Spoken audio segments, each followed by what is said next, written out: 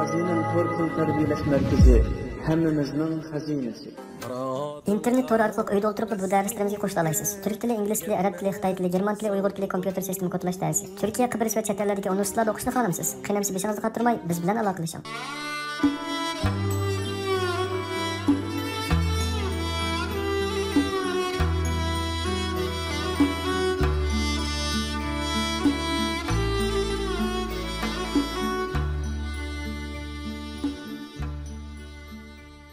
Biz paranglashqaç mыңып London Universitetining Sharq va Afrika tadqiqot yurtiga yaqinlab qatdik. T.S. Eliotning bayaqi yodnomasimi mush maktabning bir bo'ligi bo'lgan Faber binosining temiq o'rnatilgan ekan. Ko'zimga udul tamdiki SOES degan xat chiliqdi. Bu xat bu tadqiqot yurtining qisqartirilma nomi edi. Edmondning tunishtiruvchi Asiya Afrika tadqiqot yurti mustaqil bir ilm yurti bo'lib, Asiya, Afrika, Yaqin Sharq va O'rta Sharq allarini tadqiq qiladigan oliy ma'rif organi ekan. Maktabdagi 4000 ga yaqin o'quvchining 30% chet ellardan keldi ekan. Bu maktab London Universitetining qarmog'idagi bir maktab sifatida 1916-yil qurilgan ekan. Mantiqi London Universiteti desa, uni mustaqil gavda sifatida cho'ng bir muntazam maktab. Uning g'oyat zo'r qo'rusi, hayotlik darvozasi, egiz ma'muriyat binosi, bir-biri yondosh nurg'un institut ho'ylisi bor deb o'ylab ekanman. Amaliyotda u o'z oldiga tamoman mustaqil bo'lgan har qaysi rayonga tarqaqlashgan institutlardan tashkil topgan federatsiya tuzumidagi oliy maktab ekan. U hargizmi haqiqiy ma'nodagi bir butun maktabning nomi bo'lmasdan mavhum bir tashkiliy qurilmaning nomi ekan.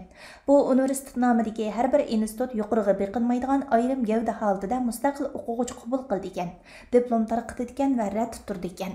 İngilizcedeki college degan so'zmi oliy madrasa, mustaqil fakultet degan ma'noni bildirdi.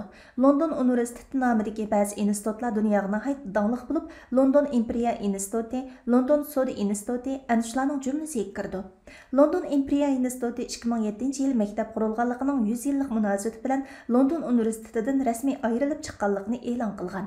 London Universiteti 1836-yil qurilganda ikkili institut bor bo'lib, hozir bu maktabning qarmog'idagi institut 20 ga yetgan. London Universiteti maxsus ibodat uyi yo'q bo'lgan birdan-bir universitet bo'lib, odatda otizmchi maktab deyildi ekan. Lekin o'qituvchi va o'quvchilarning e'tiqod erkinligiga hech qanday cheklim yo'q bo'lib, o'xshamagan e'tiqoddagi odamlar ishlatsa bo'lgan ozodi uy ajratilgan ekan. Agar savol so'rash erkinligi, munozir erkinligi, o'qitish erkinligi bo'lmasa, universitet mavjud bo'la olmaydi. Amerikalik pedagog Robert M. Hodgsonning bu so'zi boshqarish andisi butunlay ma'muriyat hujayrasi bilan to'shib ketgan, professorlar harbiy hisobdan chekinib kelgan boshqaruvchilarning amirsiz qil tavritalmaydigan universitetlarning ro'yidan shuncha yiroq bo'lsa-mu, ammo dunyoviy madaniyatning yangi qanollarini qizib, tafakkurining o'xshamagan qarang'u sohalarini tutashtirayotgan shuhratli universitetlarning tub ro'yini gavdalantirib bergan deyishga bo'ladi. SOES'ning Russell maydoni qo'rosi abjilgin bir qo'ro ishkan. Bu qo'ron men qarab har xil irqning tirik muzeyi ekan deb qoldim. Oq, qora, seriq, qizil irqlardan bo'lgan qiz o'g'illar o'qitish binosining ichiga kirib chiqib yurishardi. Ba'zilar peshtaxlarda o'ltirib parang tushib ketgan edi. Odamlardan qilcha urkimaydigan kaptarlar ularning oldida yo'rg'ilab yurishardi. Ba'zi o'quvchilar qo'ldagi yavatgan narsalardan kaptarlar azroq beradi. Kaptarlar bir-biridan qizg'inib cho'qlashga kirishib ketadi. Ba'zi o'quvchilar pilanba yirishat qisib mingishib o'ltirib muxor kichikishadi. Ularning oldidan o'tganda burnimga nashning hidi urilib edi, ajablandim. Bu biroq muxorkining purqi o'xshamaydi-ku, so'rdim Itmutdan. Ba'zi o'quvchilar nash chekidi dedi u. Cheklamamsizlar deb so'rdim uningdan yana. Chekishni tashabbus qilmaymiz dedi u oddiylik qilib. Mana bu mening Angliya oliy maktabining qo'rosidagi tunji ta'jubli ta'siratim bo'ldi.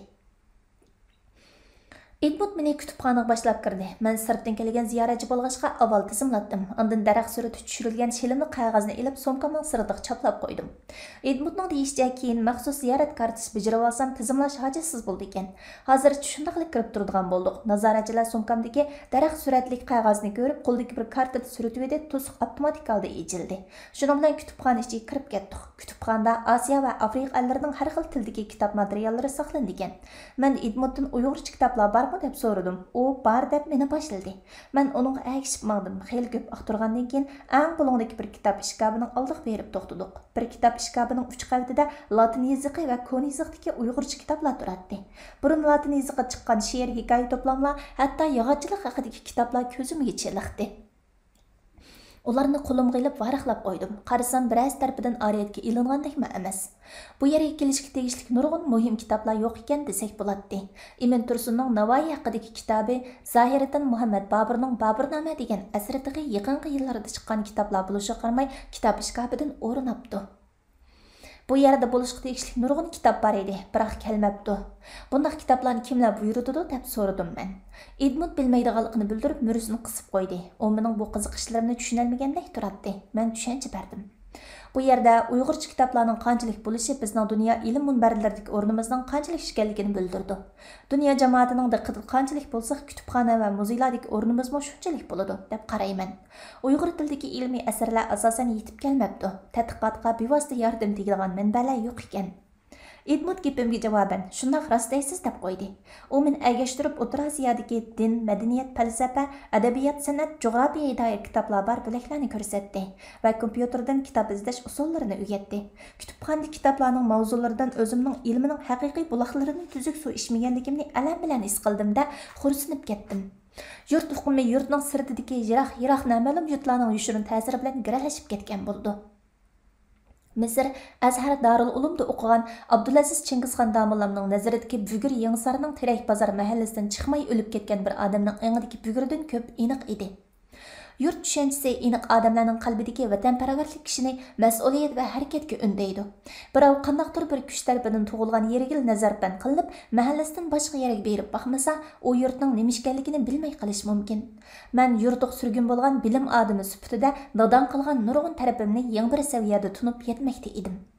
Men endi Edmund yinimda bo'lmasmi kutubxonaga kirib kitob izlayoladigan bo'ldim. Edmund ikkimiz kutubxonadan yinib chiqib Oduldagi Bironi ko'rgazmaxonasining ichiga kirdik. Birinchi qavatning o'ng tarafida apchil bir kitobxona bor ekan. Bu yerga yangi kitoblar kelib turdi. Uyg'urlar yoki Shinjongga doir kitoblarmi bor. Topolmasangiz zakaz qoldirsangiz bir qancha kun ichida akaldirib beradi, dedi Edmund.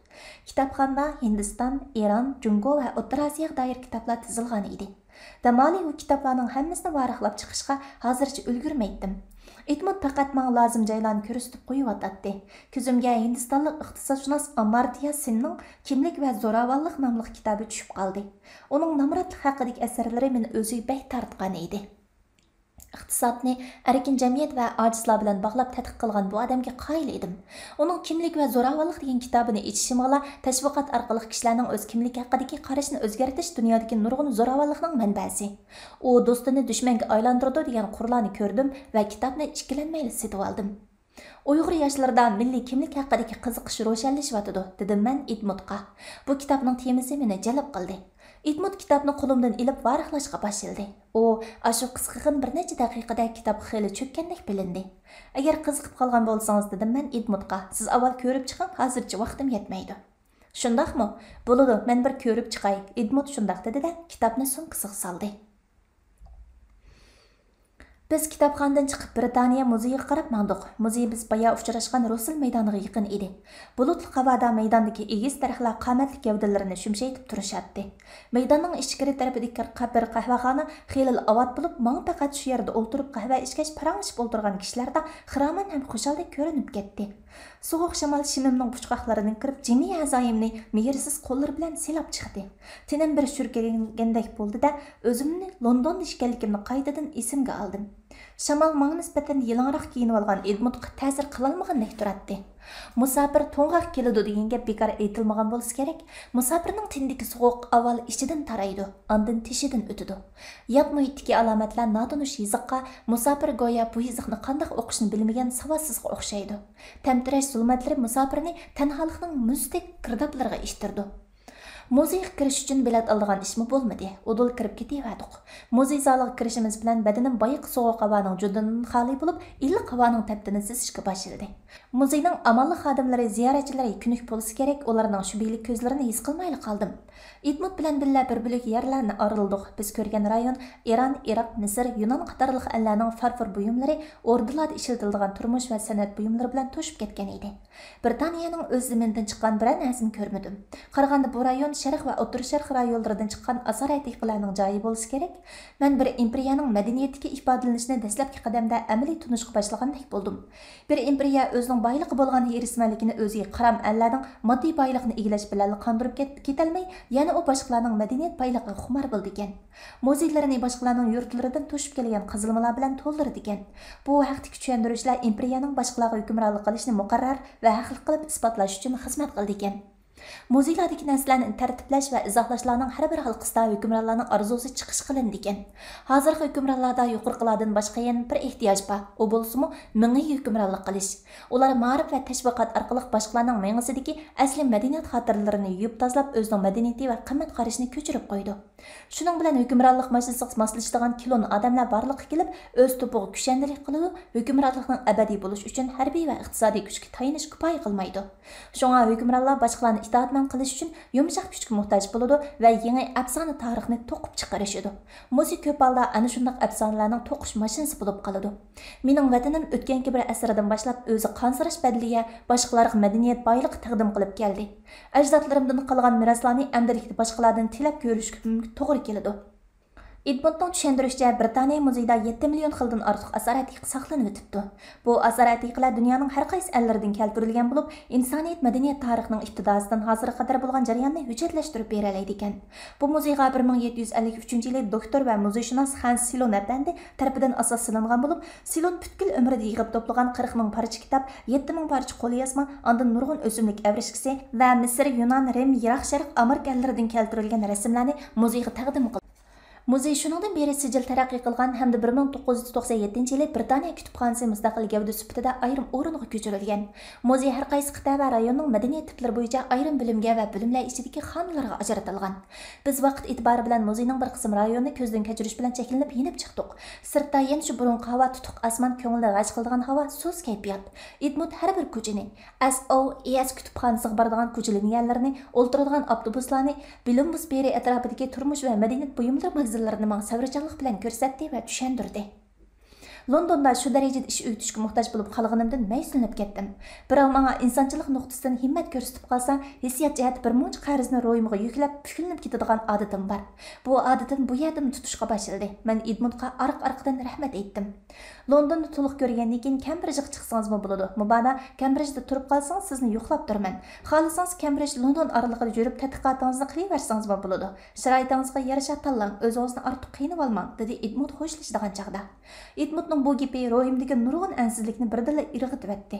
U mening amaliy sharoitim va xarakterimga loyiq kelgan bir yo'lning chirig'ini yo'ritib berib, talay nama'lum o'y-do'ngni tuzilib edi.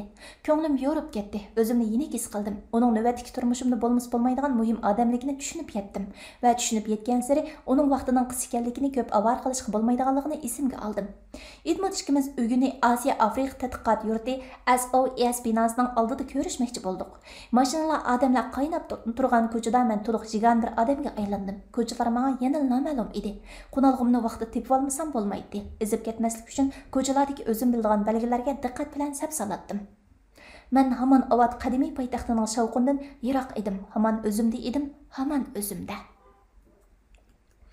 Edmund bilan haftada bir ko'rishish bu yerdagi ma'naviy turmushimning bir tartibiga aylandi. U barbara men uchun bir o'qituvchiga, og'ayniga, turmush yetakchisiga, mungdashga aylanib ketdi. Bu hal inglizcha saviyamning o'sishiga bevosita ta'sir ko'rsatmoqda edi. Uning bilan ko'rishishdan avval navbatdagi suhbat temamizni faraz qilib turib, inglizcha oshqushliq so'zlarni bir varaq qog'ozga yozib olatdim. Ondan o so'zlarni oddiy jumlaga, qudratim yesa murakkab jumlaga aylantirib olatdim. Uningdan boshqa Edmunddan so'rash uchun bir qancha savolni tayyorlab olatdim. Albatta, bu savollar Angliya turmushi, O'rta Osiyo tadqiqot doirasida bo'ladi. Mushuna qilganda Edmund bilan uchrashgandagi passiv kayfiyatdan saqlana oldim va o'ngishliq suhbat muhiti shakllantirib, vaqtdan unumli foydalangan bo'lardim. Bir odam qarshi tarafning tiliga chal bo'lib qolsa, savol so'rashni o'rganib olish kerak. Savol so'rag'inimizda boshqalarni jiqroq so'zlatib, yaxshi tanishuvchi bo'la olamiz.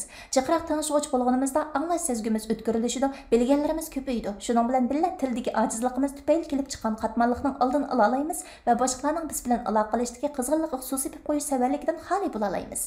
Edmund bilan bo'lgan suhbatimda shunday qilib ko'rinarli o'lim qozonganligimni aniq tunib yetgan edim. Savol so'rag'uvchi bo'lish suhbatni nishonliq ilib berishdagi asosli chora.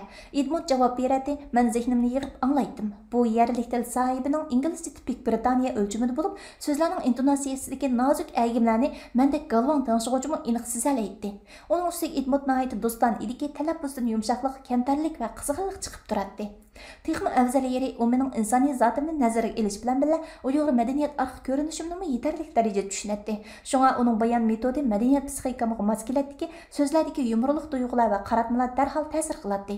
Edmund o'zining jamiyat arxi ko'rinishi haqida ozroq uchur bermagan bo'lsa-mu, yonidan tushunishimcha, u bir yuqori tabiiy jamiyatning a'zosi ekan. Lekin u shu qadar oddiy soda ediki, teriqchilik kibrini ko'rgil bo'lmaydi. U har qachon o'zini ozoda tabiiy tutadi. Bunday tabiiylik hargizmi sun'iy oliyjanoblikdan kelgan emas. Aksicha u o'zining mushundaq oddiy soda mijozi bilan turmushning oddiyligida bo'lgan lilla huzurini surgandan intayin rozi edi. Uning dabdabidan xoli hashamas turqi, barobarlik tusidagi so'z harakati inglizchani yaxshi so'zlayolmasligimdan kelib chiqqan kamsinish hissiyotimni yo'q qilib o'tadi-da, suhbat davomidagi tabiiy qizg'inlik ichida qo'rinishdan tamoman mustasno holda so'zlaydim. U keng qursaqlik va sabr bilan anglaydi. Ijil sirdoshlardek astoydil inkas qaytaradi. Edmundning Londondagi turmushimda tutgan o'rni jihatdan o'zimni taleylik hisoblamsam bo'lmaydi. U biz ko'rishgan dastlabki kunlari men o'z xarajat bilan qatnash kartasi ilib berdi. Soat-soatlab vaqtini berdi. Inglizcha saviyani tez o'stiradigan kitoblarni setib olib taqdim qildi. Shubhisizki bu bir qarindoshning qarindoshga tutgan muomalasining o'zi edi. Ulfatlar billa o'ltirishib ichishgan qahvasining pulini o'z oldiga ayrim topshirib qaytishadigan bu xil jamiyatda Edmunddek ko'n bir yerlik insonning iqtisodiy manfaat taqozosi favqulodda kuchli Londondagi bir shaharda ko'rsatgan bu xil iltifotlari meni hayron qoldirdi, xijil qildi, ham xursand qildi. Tig'i bugunli ko'rishgan bir odamga bu darajada yaqinchilik qilishi inglizlarning odamgarchilik qarash haqidagi ko'ni qarashimni o'zgartirayotgandek bo'ldi. Demak, inglizlarning orasida Uyg'urlarga o'xshash odamgarchilik qilgan kishilar bor ekan. Ahli kitoblarga tushgan kitoblar va bizga tushgan kitoblarning yaxshilik, odamgarchilik prinsiplari umuman o'xshashlikka ega. Uning ustiga insonga berilgan ilohiy nafas bir, insonlardagi sevgining yiltisi bir, faqat uslubi farq qiladi. Insonlar aloqadagi uslublarning farqini tushunolmay hozirgacha qavmlar orasida hang saqlab keldi. Irqchi siyosiy yo'llar faqat farqini ko'rib yetib, o'z qalbining simvollarini boshqalarga zo'rliq bilan tangdi. Siyosiy faşizm bilan madaniyat faşizmi ana shunday kelib chiqdi. Inchiklab qarasa, insonlarning o'xshashlik tarafi jiq va mohiyatli bo'lib chiqadi. Mutafakkirlarning bu vaqtdagi sadosi ko'p holda siyosiy fursatparastlarning chalg'itishiga uchrab, insoniyat aromsizlik balosiga mubtalo bo'ladi. Yaratquchi bir insonning sab qalbini ne'mat qilib yaratgan ekan. Edmundning g'amxo'rligi menga shu ne'matning ta'mini tetitdi. Yaratquchiga shukronlar aytdim. Ta'limning yana bir muhim mazmun deb qo'yishni unutib qolmasligim kerak. Edmunddek yerli kishi bilan do'stlashish chet eldan kelgan hamma odamga nasib bo'lavermaydi. Angliya tabiiylar o'rtasidagi farq ro'shan bo'lgan, kishilar tabiiylar bo'yicha bardi keldi qilishadigan, har bir tabiiy o'z o'rni va imtiyoz bo'yicha ayrilib turadigan jamiyat bo'lib, isal sifat va obro'y kishilar nazaridan saqit qila olmaydigan qiymatlardan sanaldi. Odatda Angliyaga kelib o'ltiraqlashib qolgan muhojirlar o'z jamoati bilan bo'lgan ichki muloqot bilan cheklanib qoldi ekan. Inglizlar jamoati bilan ichki qo'yin bo'lib aralashib ketolmaydi ekan. Yer sharini g'erishlab o'ginib qolgan koni imperiya buqrolari mustamlikning arg'amchisini tashlab o'tganday qilsa-mu, mag'rurlikdan voz kechmagan edi. Bu mag'rurlik aqso'nglar xos sipoyilik bilan qo'shilib ketib, yotlarning g'ururiga bevosita tekkudek alpozga yetmagan bo'lsa-mu, inglizlarning har tarafdan pishgan bir millat sifatidagi ijtimoiy tartibi va aloq simvollari ularni ajoyib ichki himliqqa erishtirgan edi. Bu holda boshqa biri bu xil jamoatning ichiga kirolmaganligidan oshkor ag'rinishga amalsiz qoladi. Inglizlar qo'rib chiqqan ijtimoiy sistema o'z xohlagan har qanday narsani siliq ravishda sirt qoldira oladi. O'zi xohlagan narsani o'z pitidan tushmay qabul qiladi. Uning boshqalarga berganlarimi boshqalarni o'zgartiradigan yumshoq detalga o'xshab ketadi. Bu ma'nodan aytganda inglizlar jamiyati qatlami inchga qurilmas puxta jonliq mexanizmdagi cho'ng bir shirkatga o'xshab qoladi. Angliyada dunyoning har qaysi joyidan kelgan millionlab ko'chman yashasimi, ingliz jamiyatining ichiga singib kira olganlar oz. Nurg'uni o'z jamoati bilan ayrim rayonda g'ujmaklashib o'tadi. Shunga Angliyada ingliz tilining turini ko'p deyishga bo'ladi. Chet eldan yangi borgan biri televizor yoki radiolardan sap yerlik puroqdagi inglizchani anglay oladi. Qandaqdir sap bir ingliz bilan yuz turan paranglashgan fursatlar ancha ko'p bo'lmaydi. U yanala o'ziga o'xshash musofir yoki ko'chman bilan ko'proq uchrashib qoladi. Anglaydig'ini talaffuz buzilgan yoki chalangush bo'lib ketgan inglizchadan iborat bo'lib chiqadi. Navbat u bir ingliz til maktabiga kirib ingliz til saviyasini o'stirmoqchi bo'lsa, kirdig'ini asosan hindistonliklar, pokistonliklar, turklar degandek ochgan maktablar bo'lib chiqadi. Demak, Angliyada yerlik inglizlar bilan yuqori safoda aralashish tezki to'xtaydi. Shunga mening Edmund bilan bo'lgan ilmiy muloqotimni talay deb atishim qandaqdir xushomatdan derak beradigan mubolag'a emas. Uning ustiga Edmund Cambridge universitetining doktoranti, London universitetining tadqiqot tədqiqatçı sübutida Angliya ali ma'arif haqida bevosita bilimlarga ega. Shundaqla u tag'i Uyg'ur madaniyatining tədqiqatçı sübutida vatan va vatan sirtidagi Uyg'ur turmushi haqida belgilik savodga ega edi. Edmund bilan sirdoshligim Angliyadagi bir yilga yaqin vaqtimga tekshi tutashgan bo'lib, ahamiyatli deb qaralgan har bir detalni vaqt tartib bo'yicha bayon qilsam, kitobimizning qurilmasi murakkablashib ketib, o'qirmanlarimizning rayini qochirib qo'yish mumkin. Uning ustiga kitobim Orxon Pamukning Mening ismim Qizil nomli romanidagi sab adabiy asarmi emas. Shung bayonning tartibini san'at chiqarib o'rinlashtirishning alohida ehtiyoji yo'q deb qarayman. Faqat muallif xotirasiga ala olgan va aytib berishga qodir bo'la olgan o'qirmanlarni o'yga sola oladigan detallarni qalamga ilib, mazkur bobning o'zida kishilarning samimiy taqdim qilishni muvofiqmikin deb o'ylayman. Albatta, bu Edmund bilan bo'lgan muloqotning mufassal tasviri emas, faqat tiz sizma shakli. Mana Edmund bilan yana ko'rishdik. Osiyo Afrika tadqiqot yurti SOESning Rosil maydonidagi qorosida uchrashdik. Avval kutubxona binosiga kirib, kutubxonaga kirish kartasidan birini bajardik. Naq maydonning o'zida suratga tortishdi. Hayal o'tmay kartani qo'limga berishdi. Ishlar shu qadar oson ekan. Endi men Osiyo Afrika tadqiqot yurti kutubxonasining doimiy mehmon bo'lish layoqatiga erishgan edim. Biroq bugun biz kutubxonaga kirmay binoning 2-qavatidagi bir zalga kirdik.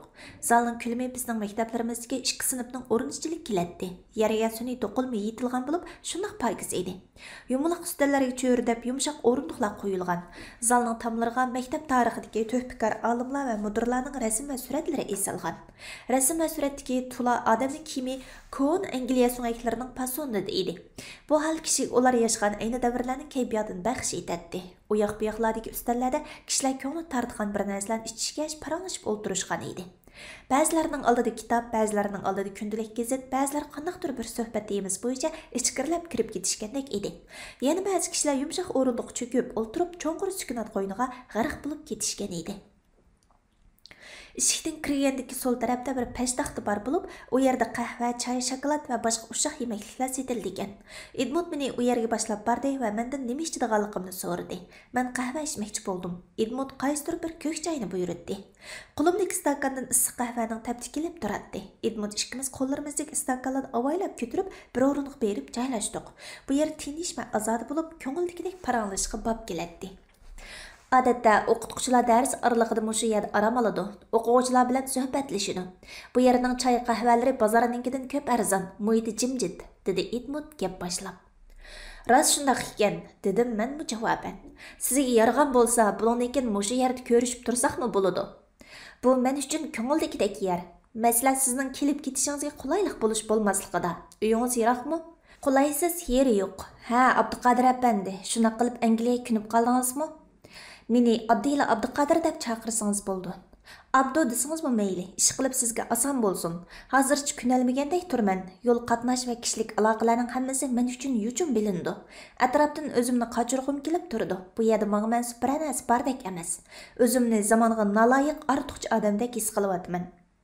Madaniyat endekisi, ya'ni cultural shock degan ana shu. Bu hal yangi kelgan odamlar yuz berdi. Edmund oldidagi choydan bir o'tildi. Men qahvani ichib yerimlashtirib bo'lgan edim. Kelgandan beri bu yerdagi Uyg'urlar bilan ko'rishib vaqtingizmi? Ba'zilar bilan ko'rishdim, qolganlar bilan asta-asta ko'rishaman. Menga xabarjondan boshqalari notunish ekan. Ta'siratingizni anglag'im bor. Hozircha to'liq ta'sirotga ega emasman. Egilishimcha Uyg'urlardan muntazam o'qiganlar yo'q hisobda bo'lsa kerak. Bu yerda chechilib yashaydi ekan. Turmush holatidan qaraganda musofirchilikning g'ayribligiga bisib ketgandek turdi. To'g'ri, Angliya jannat emas. Siz vataningizdagi Yevropaning jannat emasligini uqtirib qo'yishingiz kerak. Jannatni o'z vatanida qurib chiqolmaganlar boshqalarning yurtidan texmi topolmaydi, dedim men Edmundga javoban. Uning ustiga birining jannati yana biri uchun jannat bo'lishini tayin. Biri yana biri uchun jannat qurib bera olmaydi. To'g'ri, har kimning jannati o'z vatanida, dedi Edmund choyni bir o'tlab o'tib. Lekin zoda qanday bir yer odamning vatani bo'la oladi degan maslik javob berish nihoyat qiyin. Vatanni jannatga o'xshatish bir taqvo kishining aqidasiga muxolif. Jannat taqvolikning oxiratdagi mukofoti. Walter bir darvishning vatani jannatdir. Fani dunyoda darvishlarning vatani bo'lmaydi degan. Agar shu darvishning xotirjam ibodat qiladigan uy bo'lmasa, teriqchilik qilib non tepib yeydigan yeri bo'lmasa, yeriga eqib keladigan suyi bo'lmasa, jannatni xiyol qilgudek holi bo'lmaydi. Shung o darvishning mushu fani dunyoda boshqalar chiqilsa bo'lmaydigan o'z yeri bo'lish kerak. Arni biroz jimjitlik bosdi. İxtiyarsız halda istakanni qo'limga ilib sovishga boshlagan qahvadan bir necha yutum o'tlivatdim. Qahvaning qirdiq ta'mi tilimni bir qo'rib qo'yib yana yo'qolib ketdi. Edmundga telefon keldi. O so'zga tutundi. Odam vatandan ayrilganda paydo bo'lgan o'y fikrlarning o'zi haqiqiy vatan bo'lishi kerak deb o'yladim ichimda. Pishqan bir aqida oddiy bir o'y fikridan boshlandi. Hammadan yomoni o'ylanmaslik. Umr bo'yi mahallasidan chiqmagan bir dehqonning engidagi vatanning ma'nosi qanchalikdir? Turli tarixiy hodis oldimdan bir-birlab tizilib o'tdi. Vatan bir bayroq dedim shu hamon. Lekin shahidlarning qini bo'lmasa, bayroq bir parcha lata. Vatan shu bayroqning ostida, hech bayramlarmi shu bayroqning ostida. Edmund so'zlashib bo'ldi. Ha, so'zlang Abduqodir, dedi u chaqchaq qilib. Bizda chet ellarga chiqish boshqa xalqlarga nisbatan bakli kechikkan ish bo'ldi. Shunga chet ellarda ijtimoiy asosimiz yo'q, iqtisodiy o'rnimiz yo'q, cho'ng bilim yurtlarida ishlaydigan ilm nupozliqlarimiz shakllanmadi. Meningcha bundaq millatning tashabbuskor mavqeda taraqqiy qilishi mumkin emas. Bir millat aholisining hech bo'lmaganda 20-30% chet ellarda yashash layoqatiga erishgan bo'lishi kerak. Ular vatan tuprog'idagi qarindoshlarini tashqi dunyoning yo'nalishi bilan moslashtirib turadi. Bir millatning yurtiga bekinib qilishi ojizlikning alomati. Gypsy deb atilgan bir millat bor dedi Edmund. Uni Uyg'ur tilida nima deydi? Men Edmundning bu savoliga darhol inkos qaytara olmay birdam turib qoldim. Edmund siganlarni degan bo'lsa kerak deb o'yladim. Sigan deymiz-ku deyman dedi misal dilg'ul bo'lib. Edmund o millatning turmush shaklini qisqacha tasvirlab berdi. O millat muqim o'ltiraqlashmay karvon bo'lib ko'chib shahar qishloqlarning chet yerlarida yashaydi ekan. Tuzuk dehqonchilik qilmaydi ekan. O'yin qo'yib yoki pal ichib turmush kechiradi ekan. To'g'ri, o xalqni biz sigan deymiz, dedim men jazmlashtirib. Edmund aytdi. Ingliz tilidagi gypsy so'zi Misr degan so'zdan kelgan bo'lib, bu xalq o'zini Romlar deyishidi. U odam degan ma'noda. Bular har qaysi allay chechilib eqib yurishidi. Bepoyon dalalardagi chig'ir yo'l, ko'p-ko'k osmon, yulduz va quyoshlar ularning vatani hisoblandi. Ular boshqalarning hech qanday jamiyat sistemasini e'tirof qilmaydi. Ular tulumi nomrod Yevropa ularni boy qila olmadi. Ular boy bo'lish uchun o'zidan voz kechish kerak. Ya'ni Yevropaliklar orsiq singib ketish kerak, ammo yo'qolib ketishni ular xohlamagandi, dedim men. Ular yatlar bilan qudalashmaydi. Qinini pok saqlaydi. Ular Yevropaning adablari va muzikatlari tarafidan nihoyat romantik qilib tasvirlangan, dedi Edmund. Siganlarning o'z vatani bo'lmasa, butkul dunyo ularni tunuydi. Ajdodlardan miros qolgan ona yerdan ayrilsa, bir xalqning tegishli hurmat tepishi qiyin gap, dedi Edmund. Shunga Uyg'ur yoshlari chet ellardagi dangliq bilim yurtlarida o'qib, oladigan bilimlarni ilib bo'lgandan keyin qarindoshlarining ahvolini yaxshilashning kuyida bo'lishi, hadislar afzal shaharlarda suqunib yurib kun o'tkazishning quyuq tushib olmasligi kerak. Vatan oldidagi qarzni unutmaganlar dunyoning qayeriga bormasin vatan balasi hisoblandi. Rus yozuvchisi Solzhenitsin Amerikada yurgandimi Rossiya qayg'usida yashadi. Edmund saatiga qaradi. Tag'dan bag'dan qilgan parangimizda vatan va musofirlik haqidagi gaplar ko'proq bo'lingan edi. Parang zo'qida vaqtning qanday o'tib ketganini sezmayla qopdiman. Edmundning qaytadigan vaqti bo'lib qolgan bo'lib, u sumkasidan yilqi kuni mendan ilib turgan Kimlik va zo'ravonlik degan kitobni chiqardi-da, menga tanglab. Ko'rib chiqdim, rahmat sizga dedi. Kitap xeli yaradimi? deb so'radim men uningdan. Fikri kitap ekan. Avtor umuman ikkinchi qo'l, ya'ni vositalik manbalardan foydalanib muloyiza qilibdi. Shaxsan men birinchi qo'l asli manbalarga bekrak qiziqman. Avtorning bevosita tekshirish bo'lganda texnik yaxshi bo'ladi, dedi. Biz xayrlashadigan chog'da Edmund, kelar qatim sizni uyimizga taklif qilaman. Vaqtni telefonda xabar qilay, dedi. Biz xo'shlashdik. Kallamda yana shu vatanning gapi. Vatandan chiqish va vatanga qaytishning munosabat to'g'risida ikki Paris shoirining misralari yodimdan kechdi. Sa'di Shirazi debdi. Dukan va uyingdan chiqolmay bir an, ey xamkalla hargiz bo'lmaning inson. Chiqib endi senmi kezgin jahonni, bo'shab qolmay turib sendin bu jahon. Sa'dining o'zimi jahon kezib yashagan shoiri bo'lib, uning kitoblarida har qaysi iqlim anlarining turmush hikmatlari nuri chashgan edi. U uyingda o'ltirib olmay talog'i chiq, bu jahonda sening haqqing bor, da'vatlatdi. Abduqodir Bedilli aytibdi. Kimki foyda izlab vatandan ketar, boshqaga ko'ngil qo'yolmay o'tar. Fuchqun toshdan ajrab chiqqandan keyin qancha maqtimig'in bari bir o'char. Bir qancha kun o'tgandan keyin Edmund telefon qilib, uyi kechlik tomoqqa taklif qildi. Men uchun uning uyiga berish mehmon bo'lishni derak bermaydi. Mening qiziqadiganim o'tir tabiiy vakillik qildigan bir ingliz bilim odamining oilaviy kayfiyati edi. Uy ichining saramjonlashi, qurilmasi, dasturxon tartibi bir jamiyatning folklor qo'llanmasi aytib berolmaydigan nurg'un narsadan uchirib beralaydi. Şoň men Edmundning taklifiga xo'shallik bilan mayillik bildirdim. Edmund men qulaylik bo'lsin deb SOESning hovlisida uchrashishimizni aytdi. Ondan uning bilan birga uyga boradigan bo'ldik. Fuqishimcha bu yerning qoidasidami birovning uyiga mehmonga borganda oddiy sovg'at elib bordi ekan. Men yo'lda kelguncha cho'ngroq bir magazinga kirib Shvetsiyada ishlangan cho'ng qutiliq pechendan birini sotib oldim. Men mushuning o'zli kifoya deb o'yladim. Bunda qoida Yaponiyadan bor edi. Kishilar bir-birining uyiga borganda quruq bormaydi ekan. Ammo sovg'atning oddiy ahamiyatli bo'lishiga alayda diqqat qildi ekan. Masalan, bir adal nafs qo'shiq, qahva piyolasi, kitob, tatliq turim degandek narsalar shu qadamning uchrashishning amaliy ahvoliga qarab bo'ldi ekan. Sovg'atning qimmati nuqul holda uning bahosida bo'lmasdan bildirgan ma'nosida ifodalandi.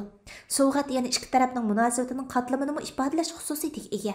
Mubada sovg'atning iqtisodiy qimmati ikki tarafning munosabati ko'tarilmaydigan darajada yuqori bo'lsa, sovg'at qabul qiluvchida har xil ta'ajjublik o'yini shakllantirib qo'yish mumkin. Bizdagi nurg'un kishi pulliq sovg'atlarga erishganda xushal bo'lib ketib, uning orqasiga yoshirilgan g'arazlarni nazardan saqit qilib o'tadi. U sovg'atning haqiqiy ma'nodagi insoniy sifatiga emas, muayyan fursatni setib olish uchun berilganligini o'ylashga ra'yi barmay qoladi. Bir odamning odamiy sifatiga emas, ijtimoiy o'rniga qarab berilgan sovg'atning hammasiga haqoratlik ma'no yoshirilgan bo'ladi. Lekin o'zining insoniy izzatidan emas, nafni ko'zlaydigan odamlarda unda haqoratni sizdigan tabiat bo'lmaydi. Mana biz mushundaq odamlarning ko'pligi tufayli halol insonlarimizning fazilati go'r qo'llayapmiz. Chin ma'nodagi sovg'atning surishtis bo'lmaydi. Surishtis bor sovg'at makkarlik bilan tashlangan qarmoq. Edmund bilan belgilangan vaqtda ko'rishdim. Londonni sezdirmayli qarang'i tushdi. Havo tutuq kunlarda texmi shundaq. Edmund ikkimiz ko'rishgan chaqda allaburun qarang'i tushishga boshlagan edi. Biz Edmundning uyi bar mahallaga opirilgan avtobusning bekitiga qarab maqdik. Kishilar o'zlarini choptirgan savdolar ilkida Londonning kishini bezor qildigan ho'l havosini esidan chiqarib qo'yishgandek edi. Bekatda bir-biriga surkilib turishgan kishilar yonfonlarida nadadir bir yerdagi yaqinlar bilan qizg'in so'zlashyapti. Muntazam ijtimoiy tartib ko'z oldimdagi bir-biriga nisbatan notanish bu kishilarni yo'llarga silvatgan bo'lib, bir-biriga qilcha daxl qilmaydi. Shu topda qorong'ulik bilan nur bir-biri bilan ejil bo'lib kelishib olgandekla, ko'chalar yorug'lik bilan qorong'ulik o'zaro kirishib, kishilarning tutuq gavdalari bilan birlashgan holda dengiz safarida o'ntarishga tushgan Titanic nomli paraxodning ko'rinishidagi tusni hosil qilgan edi. Qizil avtobuslar bekatda to'xtab o'tib ketib turdi. Ularning ba'zilari 2 qavatlik edi, ba'zilari 2 qavatlik. 18 metrlik uzun avtobuslar edi. Odatda Londondagi ko'ch avtobuslarining hammasi qizil bo'ldi ekan. Bular Londonning kulrang binolari tutuq havos bilan ochiq silishtirma bo'lib kishining diqqatini tortadi ekan. Avtobus bekatga kelib to'xtaganda yo'lovchilar saqlab turgan ko'chaning griviki bilan himlashgandek darajada eshikni paslatdi ekan. Chaqliq o'rindiqlik meyiplarning chiqishiga to'g'ri kelsa, eshikning bir temir taxtasi avtomatik holda ochilib, eshik bilan ko'cha grivik apchilgini ko'rik silindigan. Meyiplar arvasi kashilsiz holda avtobusga chiqib, shular uchun alayda loyilab qo'yilgan o'rinda o'ltirdi ekan. Odatda London ko'chalarga bemalol chiqib, ishlarini o'z oldiga bajarayotgan yoki magazin aylanayotgan meyiplarni uchratib turg'il bo'ldi ekan. Avtobuslar, magazinlar, ko'cha-ko'ylar, maktablar, restoranlar va hojatxonalarning aslahalari har qanday ahvol ostida meyiplarni alayda e'tiborga ilib o'rinlashtiraverdi ekan. Shung ular andishidan xoli holda normal odamlarga o'xshashlar puxrolik va odamiylik nisbasidan bahramand bo'la oladi ekan. Ko'cha avtobuslarining meyiplar uchun ko'rsatgan bu alayda himmatini ko'rganimda hamda loyiha uchun ketgan texnikalik sarfiyatlarni o'ylaganimda tabiiy holda odamning qimmati haqida tafakkur qilmay tura olmadim. Bir shahardagi hashamatli binolar, keng ko'chalar, parqirab turgan mashinalar faqat bir bo'lak odamning turmush uchun bo'lib qolsa, u yerda oshkor numussizlikning haqli ravishda o'rinlashganligidan derak berdi. Vaholanki numussizlikni halovatning dasmoyisi deb qaraydigan madaniyat to'pi uchun aytganda, odamning qadri faqat mansabdorlarning ixtiyoridagi va mansabning kuchiga tayinib beg'allarning olqindagi narsaga aylanib qoladi. Bu yerda insonning qadri olvan uchun yoki siyosatning diyonatini ko'z-ko'z qilish uchun emas, faqat inson uchun bo'lgandek turadi. 2 qavatlik bir qizil avtobus to'xtab edi. Edmund uningga chiqishimiz kerakligini aytdi. Avtobusda har qanday manzil uchun bir fond sterling sarf bo'ladi. Mana kartamdan tet qilgan ovoz bilan tanglab bir fond sterling chiqib ketdi. Bu xalq puliga 15 yuanga to'g'ri keladi. Ana shu 15 yuan ko'zimga ko'rinib ketdi. Avtobusning o'rindiqlari qizil gullik maxmal bilan qoplangan yumshoq o'rindiqlar edi. Rohatlanib o'ltirdim. Avtobusda aramg'uda o'ltirib sirtdagi g'uvolikning ichidagi so'rin manzaralarga qarash menga biroz ko'ngillik to'yildi. Edmund bilan uy ijarasi haqida paranglashib qoldik. Uning aytishicha, London dunyoda uy ijarasi eng qimmat shahar ekan. Moskva, Seul, Tokio qatorliq shaharlarda uy ijarasi intayin qimmat ekan. Buningdan qaraganda yanchqim Londonning markaziy rayonidan yotoq ijara olib turishga hargiz chidamaydi ekan. Londonning 4-rayondagi faqat karvatli sig'digan tar uyga faqat uxlaganda kirib chiqishim barhaq ekan. Angliyada pul tepib, Urumchida xərcləş yaxşı bo'ldi ekan. Urumchidan pul apirib, Londonda xərcləş odamga egri keldi ekan, dedim men Edmundga. Edmund kulib ketdi va Sipros va Turkiyadagi turklar, Sharqiy Yevropaliklar Londonda ishlab pul topqili kelishidi. Yillab g'o'rigili yashab, do'ldiga qaytib azod yashashni umid qilishidi. Lekin ularning ruhiy holati odamning ichini og'ritadi dedi. Mumkin bo'lsa, men azroq vaqt ishlab baqsam bo'ladi, dedim men Edmundga. Sizningcha menga loyiq ish tepilammi? Nemishqa amdi? Dedi Edmund qilch tushunmagandek. Men uning savolidan biroz o'ng'aysizlangandek bo'ldim. Uning meni bu pul tepishni ko'zlab kelibdi deb tushunib qolishdan ansiraydim. Mo'lcharimda menga berilgan 100 ming yuan, 20 ming yuan ranin chiqarib olsa 80 ming yuan yotoq, tomoq va qatnash rasxotim uchun misqallab hashlasam arani yetadi. Kitob material sotib olmoqchi bo'lsam qiynalib qolatdim. O'qishni bahona qilib berib, pul xariziga tushib, hamma unutgan holda ishlaydigan kelgundilar haqidagi hikoyalarmi oz emas edi. Shunga taraqqiy topgan allarning maktablaridagi o'qituvchilar bizdek allardan borganlarning o'qish intilishlariga ishonmaydi va sovuq muomalada bo'lishyapti. Xarajatımda sal jiddiylik bor dedim men Edmundga. Uning ustiga ishlaganda ba'zi ijtimoiy bilimlarni o'rgangil bo'ladi. Ishqo tepilib qoladi. Masalan, kutubxonalardan sizga loyiq ish chiqadi. Ammo vizingizda xizmat ijozatnomasi yo'q, dedi Edmund. Darvaqa shundoq dedim men xiyolga cho'kib. Balkim bir ilmiy fondning yordamiga erishib qolamiz, lekin bu keyingi ish, dedi Edmund ulabla.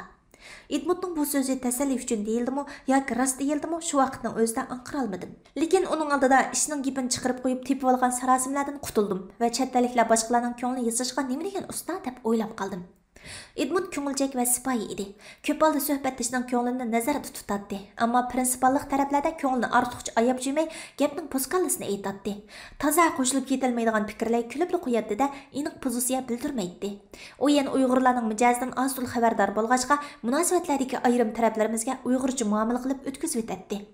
Edmund bilan bo'lgan dilkash paranglarimizning zo'qida uning mahallasidagi oxirgi bekatga tuymayli kelib qopdik. Chiroq oqshom daraxtning shexidagi g'o'chchida mevalardek tuyulib ketdi. Biz avtobusdan tushib bir ko'chaga burildik. Nima uchundir chiroqlarning alvak nuri tasodifiy she'riy tuyg'ularni uyg'otdi.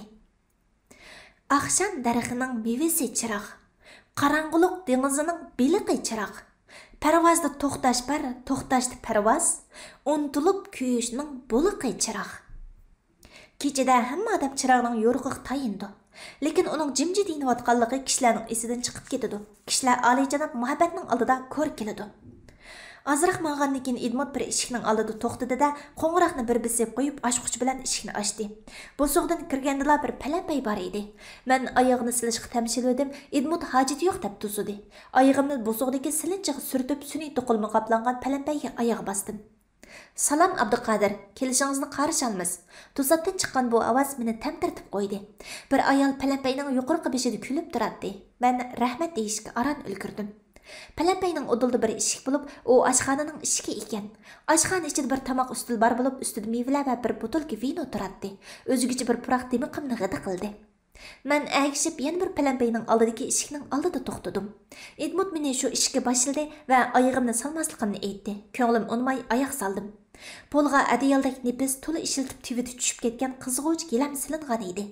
Sol tarafdagi tomga 3 kishilik ko'ni bir divan qo'yilgan. Divan oldida kichik bir ustal turardi. Divanda o'ltirib edim, cho'kib ketdim. Uydagi hamma narsa ko'na va besaramchan ko'rindi. Uyimiz alayda emas, mushunda qalaymigan, dedi bayotidan beri kulib qarab turgan bayiq ayol. Lekin illiq ekan, dedim men javoban. Bu yoq ayolim bo'ladi, dedi Edmund ayolini tanishtirib. Ismi Vesna. O'rnimdan turib Vesna bilan rasmiy salomlashdim va o'zimni tanishtirdim. Edmund hammani aytdi, dedi Vesna xonim men bilan qo'l elishib. Jungodan kapsiz, men aslida Krodiyalik, hamda Angliyalik bo'lib qoldim. Angliyaga ko'nib qolish oson emas. Vesna xonimning inglizcha talaffuzda rus tiliga o'xshab ketadigan ohang xeyli ro'shan edi. Taza zihin silib anglamasam bo'lmaydigandek qiladi. Bundaq chaqda bir xil xuduksirash va jiddiylik ro'yimni qamal qilib oladi-da, diqqat qilib anglagan sari galvonlashib ketdim. Biroq u shundoq ochiq ediki, tunji bo'ldigan yatsirash tuyg'ularini shu hamon yo'q qilib o'tadi. U kulsi yuzi, ko'zlari va lablari qo'shilib to'liq kuladi.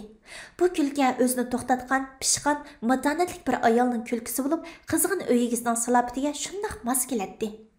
Mashrang chiparqut yubka va mashrang tivit popayga uning to'lg'an bastiga yarashgan bo'lib, bir tutam manglaychichi qanshirining ustiga qiypash tushib turadi.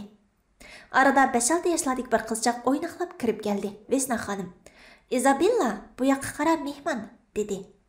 Izabella bəyini taş qorcaqның özü idi. Sap-seriq jingil çaşları hər bir taxılğanda ləpildəp ketətdi. O qo'ldagi havo sharini manga etib o'zining o'yini qatnashtirmoqchi bo'ldi. Qaraganda o birasdan yetir qaydigandek emas edi. Aloqzodilikim havo shari laylab yetib kelguncha besildi. Men sharni tutib Izabellah tashlab berdim. O xurmarang yubka va uzun yanglik oq popayka kiyib olgan bo'lib, cho'ng ayollarni kichiltib qo'ygandek ta'sirot beradi.